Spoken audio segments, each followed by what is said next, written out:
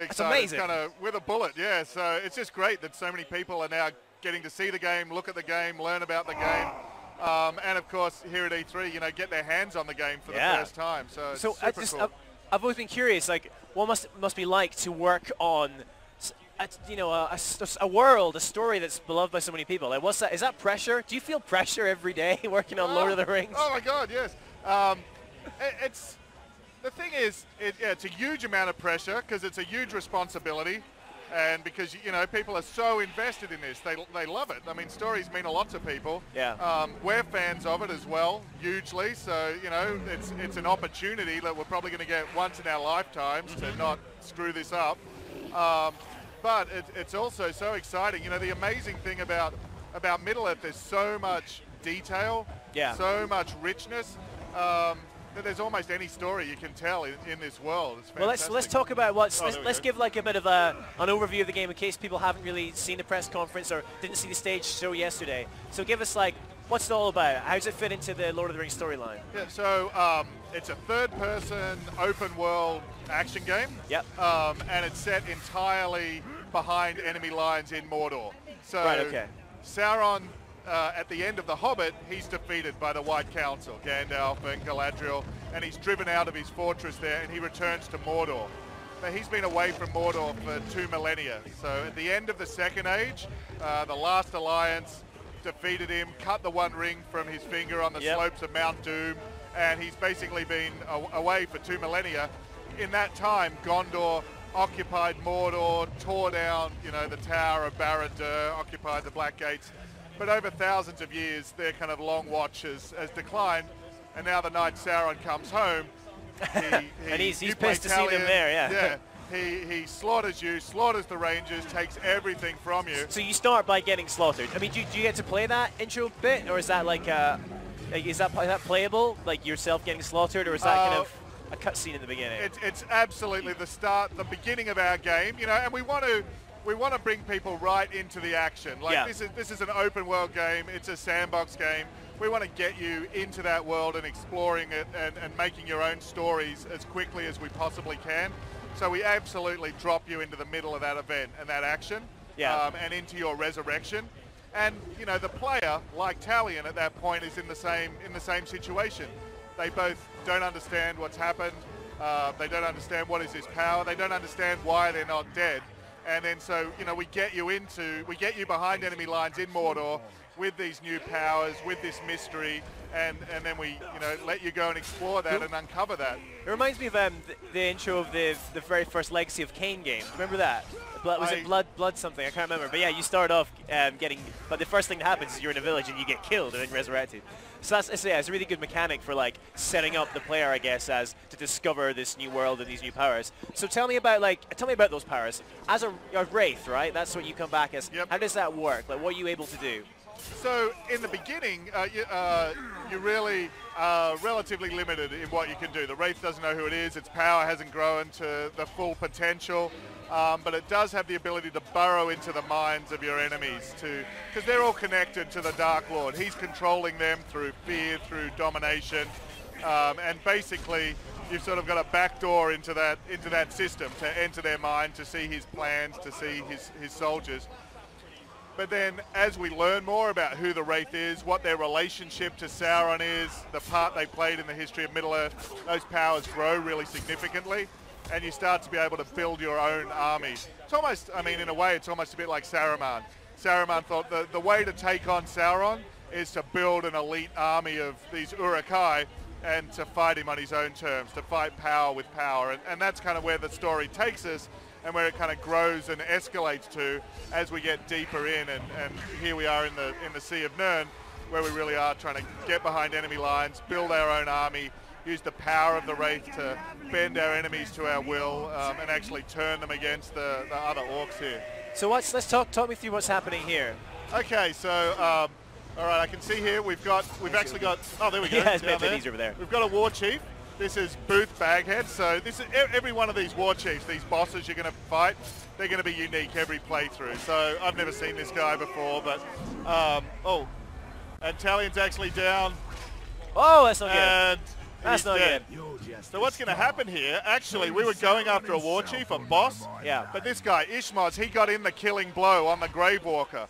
And from the point of view of Mordor, you are the worst villain imaginable. You know, you are the ultimate bad guy to these orcs, the kind of monster to these monsters. So taking down Talion means that character, that orc, he was previously just a random grunt in the world. Now he's defeated the Gravewalker, Talion. He's going to grow in power. He's going to get promoted. He's going to become a captain. And now he's moved into orc society. And he can continue to create new missions, new power struggles where he can challenge other orcs. He can go on missions. He can also infiltrate and become a bodyguard to one of the other warlords. He could even go all the way up and become your ultimate boss, your ultimate nemesis at the end of the game. So it's constantly evolving living world with these enemies. So when you die, you kind of come back as your wraith and then come back into the real world. Exactly. So I mean, you know, honestly, in a similar way to the ring wraiths, they're going to be reformed when they die. Their sort of flesh gets reformed and they come back. So did he just? How are you controlling this? Is that a warg? How's he controlling that warg? This creature here, these are Caragors. They're kind of the big game, the big cats of Mordor, and that's true. So as well as being able to dominate and bend the orcs to your will, you can also do it with a range of the different monsters as well. So these make really good mounts because obviously, as well as being really fast for getting around the open world, they've got a couple of benefits over kind of your average horse. They're a lot better than chewing things to death than a horse is.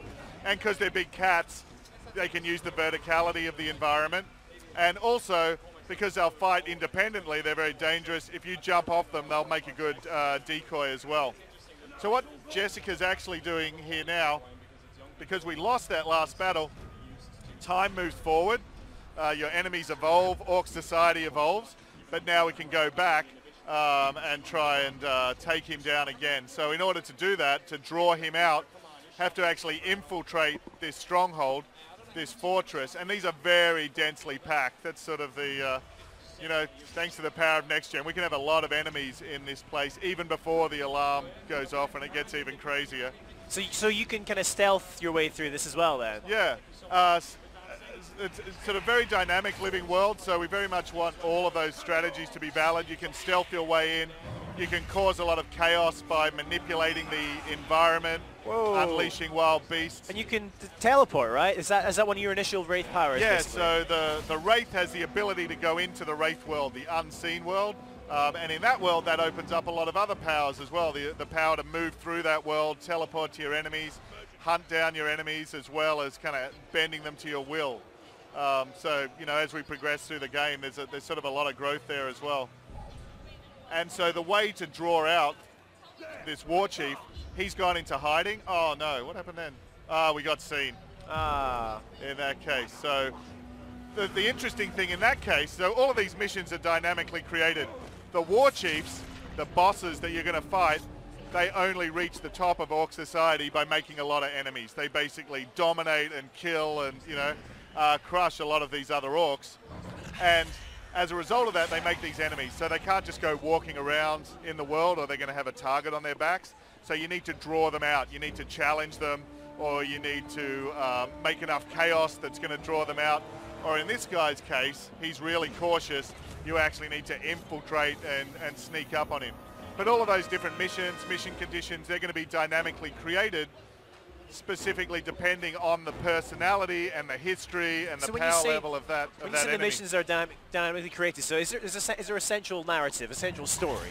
Yep. But then how you progress along that, the missions change? Like, explain that a bit. Like, I'm a little bit confused. Yeah, no, absolutely. And so what there's the sort of one of the overarching story objectives when you first get into the world. You want to learn the identity of the Wraith. And then as you learn more, you want to hunt down and defeat the bosses in this first region of Mordor. Okay. So in that way, you've got a story goal, which is to hunt these guys down. But how you go about that, that's where it's going to be completely different for every player. So they're like, who those bosses are is going to be completely different. I see, because it all depends on, if, like, for example, that guy who killed us, or killed Jessica earlier, they might become one of your ultimate big targets, right, as they progress through our society. Yeah, exactly. And that's kind of the main story path. But then something else we're super excited about is, so we worked very closely with Christian Cantamessa, so the lead writer on Red Dead, like great guy. And so as well as that, there's a whole number of side stories in the world, like that are driven by these story characters that we'll get to meet along the way. So you can either go forward, you can explore all of those stories, learn more about the Wraith, meet those guys. Gollum is one example of one of those characters. Marwyn is another one. There's a lot more of them we want to reveal. Or you can advance the main story by hunting down your enemies, or you can just explore the world. But then once you've gotten past that goal and you've killed these war chiefs, that's going to draw out the Black Captains. He's kind of one of the uber villains who's then responsible for the death of your family. And that then moves the story forward more. You can go deeper behind enemy lines into Nirn, where you'll meet Marwyn, your powers will grow. And now the whole nature of the story evolves from simply hunting and killing your enemies to actually forging your own army. So again, you can follow the side stories, explore the world, you know, do a whole range of other activities, or you can move the story forward by building your army. And once you've built your army to the size by dominating these war chiefs, you can take that army and take it and you know, challenge the Dark Lord. But the guys, your nemesis that you're going to face, the ultimate boss you're going to face, he's going to be the guy you've built the most history with through the course of the game. Right, so, you know, there's a really meaningful personal story there. And the guys you take with you that are your army, they're your own personal characters as well. So we really try and seamlessly weave together the living world, the organic, you know, dynamic living world with the story moving forward. All right, let's talk about the combat. So how does that work exactly? So the sort of original foundation of the melee combat was very much, you know, Arkham. It's counter, and then it's, you know, build up your chains build up. They unlock all sorts of powerful abilities and instant kills, AoEs and so on that you unlock as you progress. Then I think where, you know, we really start to get into stuff that's very unique is the way our stealth and our combat very seamlessly flows into each other. So, you know, flowing out of stealth into a kind of a combat takedown, which will terrify your enemies. Fear is also very dynamic. So as you're in larger groups, as their morale breaks and they'll run, so we'll kind of segue, we'll flow very seamlessly out of a really intense melee combat into a chase scenario. Then, you know, wildlife will come in. So we really want it to be constantly changing, constantly evolving, extremely dynamic. Fantastic. So you've got your bow for your ranged combat. You get your swords as well. How does weapon customization work? Do you get new weapons as you go through the game, or is it more about your powers that change? So again, the weapon upgrading is another area where we simultaneously want it to be extremely authentic to Middle-earth and to Tolkien. Because weapons are characters in Tolkien. Glamdring's a character, Sting is a character, and you know the history of Sting and his victories is actually written on the blade. It's I am Sting, Bane of Spiders. Oops, Great. So we very much wanted to duplicate that, and we wanted to tie it into what makes our game really unique, which is the Nemesis system. Yeah. So you're taking down these unique enemies. You're choosing how you take them down. Is it stealth? Is it ranged? Is it making them stab each other in the back? And so each kill is unique, and so they drop a rune, and that rune becomes an upgrade, a piece of loot that you can then inscribe on your weapon. So although you have the same sword, Urfile, who's the Flame of Vengeance, although you have the same sword throughout the game, the way you customize and write your personal story onto it because of the enemies you're defeated is gonna be unique. And that's the same for the bow, and that's the same for your dagger as well. And then we have another thing called epic runes. These are kind of the most legendary battles that you can fight against the most powerful enemies. So you can either gain them by taking down the war chiefs, defeating those, so the most powerful enemies, or by placing death threats. So you can actually warn a particular enemy that you've marked him for death, you're coming for him, he's ready for you, he actually trains, he becomes more powerful, he hangs out with a sort of bodyguard of elite troops. But then when you defeat him, you've got a greater chance of this epic loot, these runes that can really make your weapons very powerful and unique. Gotcha. A bunch of them. This guy's, so he's a defender. And then as well as that, you know, there's a lot of opportunities in the environment for sowing chaos as well in combat. Yeah, I've seen them firing arrows at, you know, cages to unleash beasts, or blowing up like fires, like firing these arrows just to fire results in a big explosion. So that power over fire and light, yeah, is absolutely, that's, you know, one of the powers associated with the Wraith. Yeah. So, and you know, I think that's a big part of the flavor of magic in Middle-earth as well, whether we see Gandalf's power, or, you know, even Galadriel or the File. So a lot of these abilities revolve around the idea of fire and light, being able to incinerate or dazzle or terrify, you know, your enemies as well. Cool. So just a bit about the world, because we're in one section at the moment, right? So how big is the world? How many different areas? I mean, you're always in Mordor, right? But how open is this world, basically? It's divided into regions, because we really wanted to capture the most iconic regions of the world. So the opening part of the game, the sort of first act, takes place in Adun, which is Sindarin for hell. So it's just inside the Black Gates. Leading through, there's Durthang, which was a Gondorian fortress that they built inside Mordor. So it's the ruins of that fortress that are now reoccupied by the orcs. Carrick Angren, which is the sort of lead of the Black Road towards Barad-dûr. So that's our opening kind of sandbox. And then this is the second one that we've shown, which is the Sea of Nirn. So this is kind of hundreds of miles behind enemy lines, much more lush region of Mordor. This is where sort of we wanted somewhere very, very different to what people have maybe seen or what they would expect of Mordor. But we learn in Lord of the Rings, this is how Sauron manages to feed his troops. So these lush fields are going to be tilled by slaves. He's going to fish from these seas and so on. So you know, that's where Mordor's so good. You get a combination of places that are simultaneously so iconic, but we can also make them unfamiliar and explore others. There's more as well, but these are the two we've shown.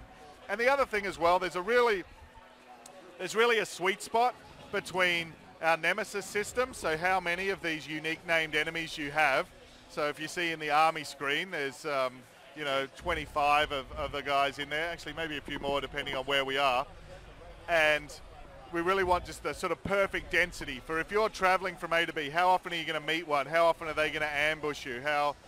If the world's really expansive, the density of that gets lower, and you're sort of spending less. There's more downtime, which we don't want. We're really an action game. There's always that you know, toss-up between detail and size of world, right? No matter how powerful. I mean, obviously, as we get more power and with the next generation, I guess you can stretch that a bit more. You can have more detail over a wider space. But yeah, there is always that trade-off. So you've gone for the, you know, you're all about detail because you want it to be consistently action, consistently throwing you into combat, throwing you into different situations. Okay. Yeah. So you're constantly surrounded by gameplay opportunities, you know, unless you want to, you know, if you want to stealth around and quietly pick up collectibles, but there's always opportunities, there's always something happening right there. So, you know, we want to sort of, there's opportunities for action around you at all times. So I guess it's a bit of a kind of further, you know, zoomed out question, I guess, but like, what made you decide to bring a new character into this? Because in the past, you know, all the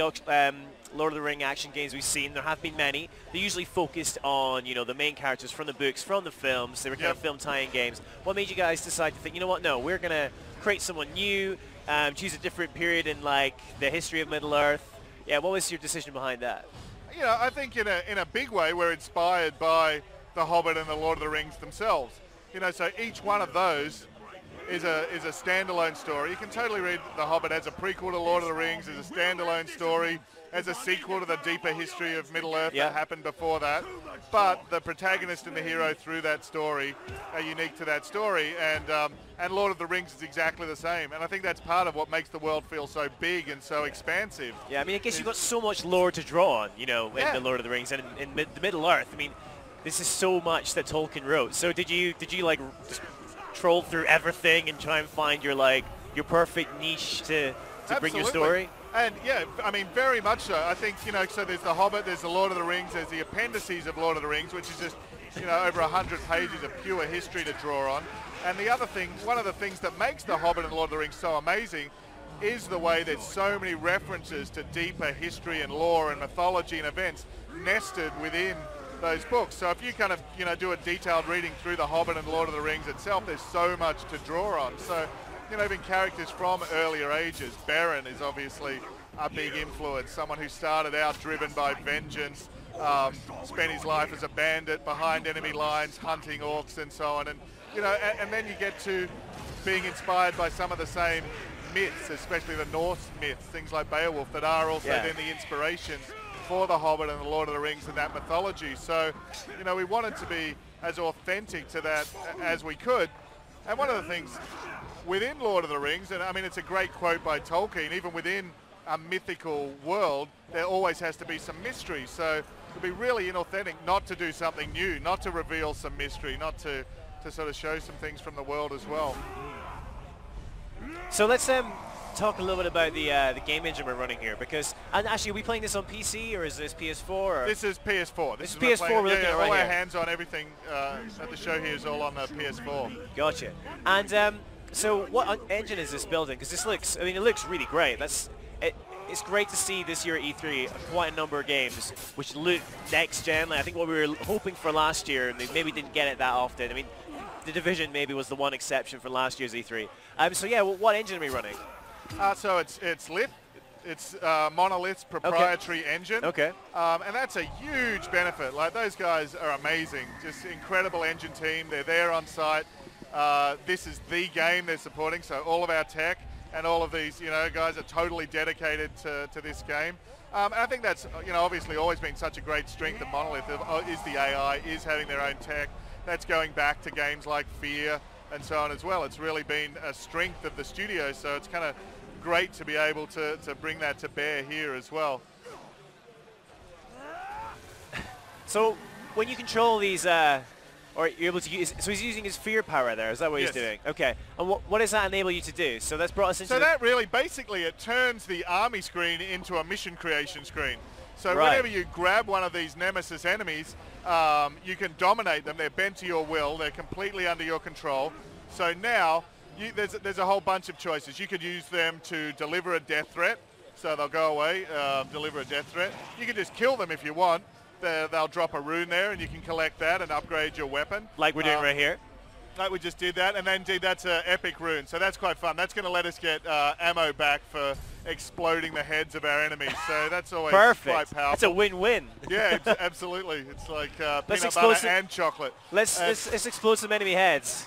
Yeah. Come on, Jessica. I bet you can do that. Get some ammo. Yeah, we'll blow some heads up if Jessica can hear us. Let's see some. Yeah, she's going for it. Here we go. Oh no, we're just gonna go for a straight up.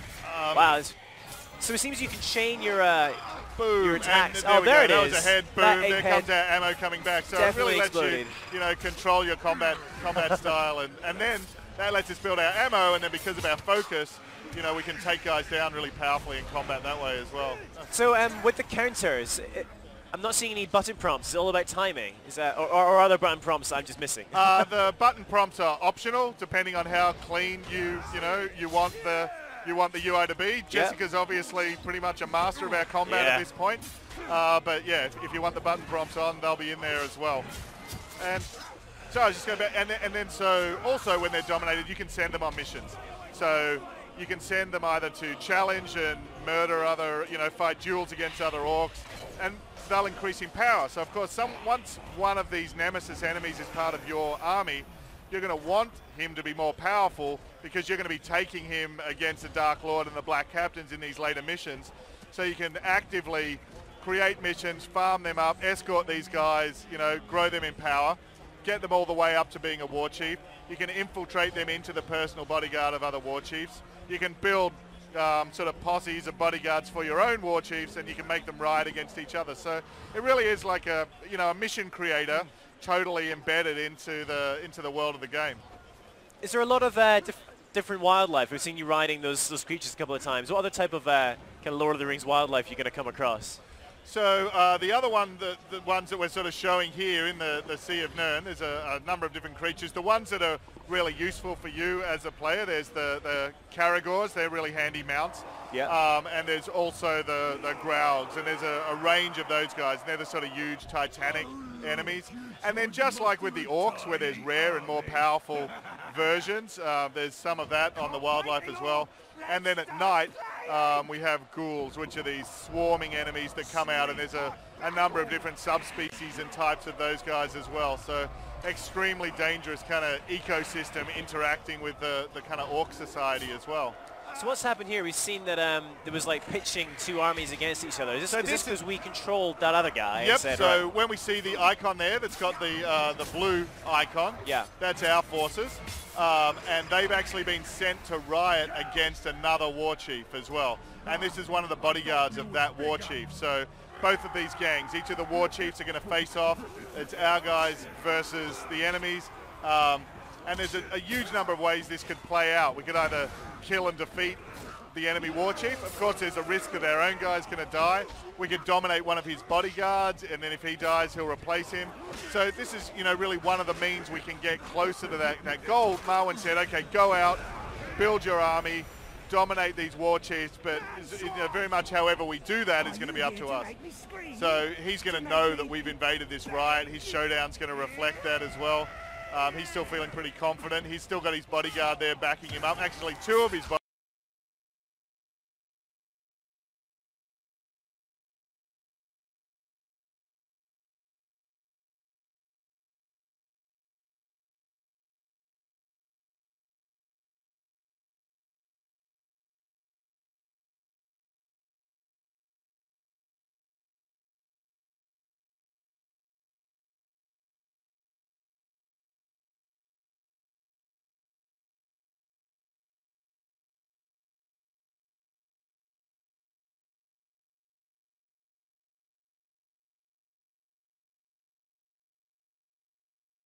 bodyguards. But now we see one of those bodyguards, his icon's gone green. Yeah. That means he's weak enough we could grab him and dominate him now, or Jessica could. It could be a bit tough in the midst of this fight. Yeah, there's a lot of stabbing maybe going worth on. a try if we can get him isolated. This guy here, the guy with the green there. Oh, there he is, yeah. So he's going to go in for the showdown. He's pretty crazy. Tars my Yeah, Yep, nice. he looks lovely. He's happy to see us. But if we can bend him to our will and defeat his war chief, then we're going to have one step closer to building our army. Go Jess. Oh, so close. We got poisoned then. That other guy's got a poison weapon, so he actually knocked us out of the domination. But of course, the other thing to balance here is you can't bend them to your will if they're dead. So we kind of want to keep him alive as well. Okay. Something else that's really powerful with your Wraith abilities, you can pin them in place, which is really handy if you kind of want to leave them held there. Okay, here's our chance. So you can hold them up as well like that. This is it. We're also... Oh, no! So not only did he knock us out, he also managed to drive us down to one knee. So that's our last chance. Because our combat's pretty intense, we give you one chance to come back from it. Okay, so that poisoner... He's dead, and he, in fact, was killed by our war chief. So that's our follower managed to take him out. And now, Mad Eye's dead, so we're not going to be dominating him, but we can always adapt. There's always another opportunity because now we can weaken this war chief, give him a quick shanking, see if we can wear him down, and then still maybe come out of this with two war chiefs. One way or another. He's either going to die, or Jessica's going to die, or we're going to dominate him. So there's still a lot of, we just so much didn't want that thing of, okay, you play this mission, you fail this mission, you play that mission again. Yeah. Everything always opens up new possibilities every time, and we've got no idea. I still have no idea what's going to happen here, but I think Jess is going to get this guy, wear him down, grab him, and nope, he's dead. He's dead. He's gone. To the neck. And some of them, they can't be broken. Their willpower's too strong, so, you have to kill them. There's no choice. But so that's the end of another war chief. He's definitely not coming back from that.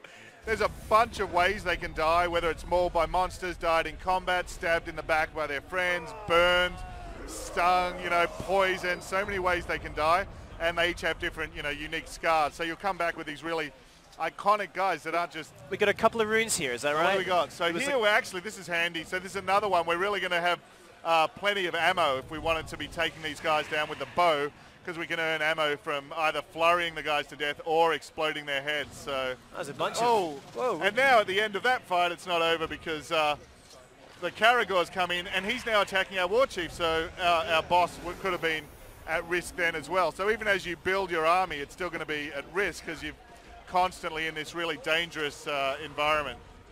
Now they're both dominated, they're both happy, so that's good. Great, that went pretty well. Yeah, yeah. I mean, so we didn't come out of it with another war chief, but we absolutely did come out of it with one eliminated.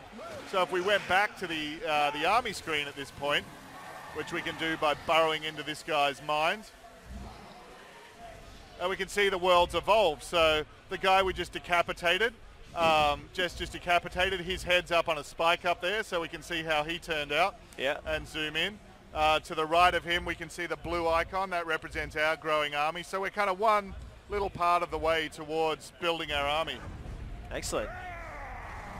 This guy, so yep, so now we the can Devourer is now. He's got a gang. He's leveled up. It's going to be an even tougher fight, but I've got no doubt Jess can do it. Depending, how long have we got? Have we got enough time to go after him?